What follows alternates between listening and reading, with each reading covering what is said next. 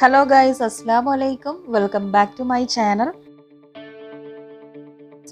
ഇന്നൊരു evening snack ഉണ്ടാക്കിയാലോ? പെട്ടെന്ന് തന്നെ നമുക്ക് ഉണ്ടാക്കിയെടുക്കാൻ പറ്റുന്ന ഒരു ഐറ്റം ആണ്. മുട്ട വെച്ചിട്ടാണ് ഈ ഒരു റെസിപ്പി ഉണ്ടാക്കുന്നത്. മുട്ട ഇഡ്ഡലി തട്ടിൽ വേവിച്ചെടുക്കുന്നത് കൊണ്ട് തന്നെ നമുക്ക് ഇതിനെ ഇടിമുട്ട എന്ന് പേരിടാം.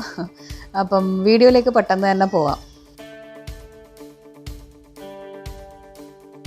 ആദ്യം ഞാനിപ്പോൾ മുട്ട ഒന്ന് ഇഡ്ഡലി തട്ടിലിട്ട് വേവിച്ചെടുക്കുകയാണ് ചെയ്യുന്നത്. അപ്പോൾ അതിനായിട്ട് ഇഡ്ഡലി തട്ട് കുറച്ച് വെള്ളമൊക്കെ വെച്ചിട്ട് അടുപ്പിലേക്ക് വെച്ചിന്. അപ്പോൾ ഈ തട്ടിലൊന്ന് ചൂടായി വരുമ്പം ഓയിലൊന്ന് നന്നായിട്ട് സ്പ്രെഡ് ചെയ്ത് കൊടുക്കണം, നന്നായി ഒന്ന് പുരട്ടി കൊടുക്കണം. ഇല്ലാന്നുണ്ടെങ്കിൽ മുട്ട അടന്ന് വരാൻ പണിയായിരിക്കും വെന്ത് കഴിഞ്ഞാൽ. അങ്ങനെ ഞാനിത് ഓയിൽ നന്നായി തടവി കൊടുത്തിട്ടുണ്ട്. ഇനിയിപ്പോൾ എന്താ ചെയ്യേണ്ടതെന്ന് വെച്ചാൽ ഓരോ മുട്ടയും ഈ ഓരോ ഇഡ്ഡലിയുടെ കുഴിയിലേക്ക് അങ്ങ് ഒഴിച്ചു കൊടുക്കാം. ഇതേപോലെ ഓരോ മുട്ട അങ്ങ് ഒഴിച്ചു കൊടുക്കാം. ഞാനിപ്പോൾ 6 എണ്ണമാണ് ഉണ്ടാക്കുന്നത്.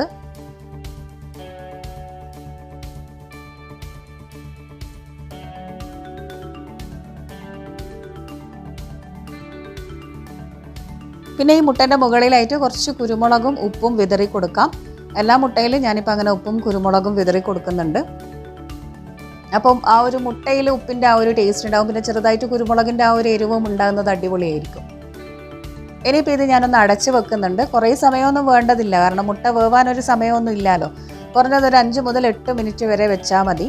അപ്പോൾ ആ സമയത്തേക്ക് നമുക്കൊരു മിക്സ് റെഡിയാക്കി എടുക്കണം, ഈ ഒരു മുട്ട ഒന്ന് മുക്കി പൊരിക്കാനായിട്ടുള്ളത്. അപ്പോൾ ഞാനിപ്പോൾ ഒരു ബൗളിലേക്ക് 2 ടേബിൾ സ്പൂണോളം കടലമാവ്, അതുപോലെ 1 ടേബിൾ സ്പൂൺ മൈദ, 3/4 ടേബിൾ സ്പൂൺ മുളക് പൊടി, 1/2 ടേബിൾ സ്പൂൺ മുതൽ 3/4 ടേബിൾ സ്പൂൺ വരെ കുരുമുളക് പൊടി എടുക്കാം.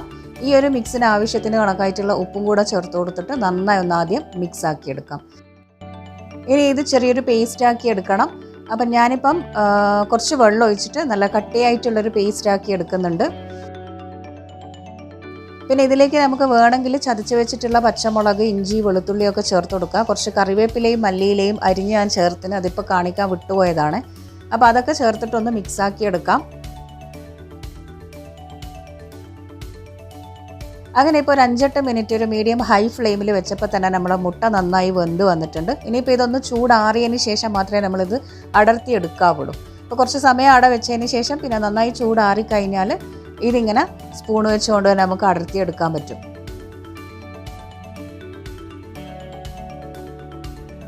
അങ്ങനെ ഇപ്പം എല്ലാ മുട്ടയും എടുത്ത് വെച്ചിട്ട് ഇനിയിപ്പോൾ ഇത് നമുക്ക് ആ കൂട്ടിൽ മുക്കിയിട്ട് എണ്ണയിലിട്ട് ഫ്രൈ ചെയ്തെടുക്കണം.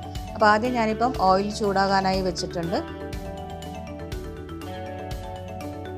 ഇനിയിപ്പോൾ ഓരോ മുട്ടയും ഇതേപോലെ കൂട്ടിൽ മുക്കിയിട്ട് ചൂടായ എണ്ണയിലേക്ക് ഇട്ട് കൊടുക്കാം. എന്നിട്ട് എല്ലാ ഭാഗവും അങ്ങോട്ടും ഇങ്ങോട്ടും തിരിച്ചും മറിച്ചും ഒക്കെ ഇട്ട് കൊടുത്തിട്ട് ഫ്രൈ ചെയ്തെടുക്കാം. അപ്പോൾ എണ്ണ ഞാനിപ്പോൾ ഒരു മീഡിയം ഹൈ ഫ്ലെയിമിൽ വെച്ചിട്ടുണ്ട്. 2 ഭാഗവും നന്നായി തിരിച്ചും മറിച്ചും ഇട്ട് കൊടുത്തിട്ട് പൊരിച്ചെടുക്കാം.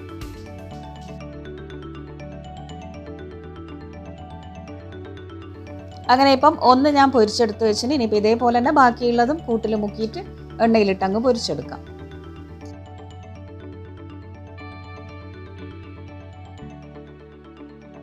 അങ്ങനെ ഇതാ ഇടിമുട്ട എല്ലാം ഞാൻ ഫ്രൈ ചെയ്തെടുത്ത് വെച്ചിട്ട് ഇനിയിപ്പോൾ ഇത് ചൂടോട് കൂടിയിട്ട് തന്നെ ടൊമാറ്റോ സോസിൻ്റെ കൂടെയോ കെച്ചപ്പിൻ്റെ കൂടെയോ ഒക്കെ സെർവ് ചെയ്യാം. അപ്പം ഞാനിപ്പോൾ കുറച്ച് മയണൈസും ടൊമാറ്റോ സോസും മിക്സാക്കി വെച്ചിട്ടുണ്ട്. നല്ല അടിപൊളി സോസാണ് കേട്ടോ.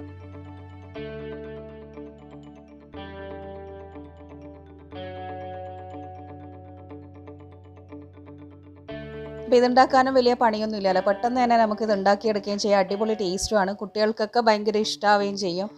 അപ്പം എല്ലാവരും വീട്ടിൽ ട്രൈ ചെയ്ത് നോക്ക്, എന്നിട്ട് ഫീഡ്ബാക്ക് എന്നെ അറിയിക്കുകയും ചെയ്യണം. അപ്പം പുതിയ പുതിയ റെസിപ്പീസും ടിപ്സും വ്ളോഗ്സും ഒക്കെ ആയിട്ട് നമുക്ക് ഇനിയും കാണാം. അതുവരെ keep watching Maimoon's kitchen. Take care and bye. Thank U.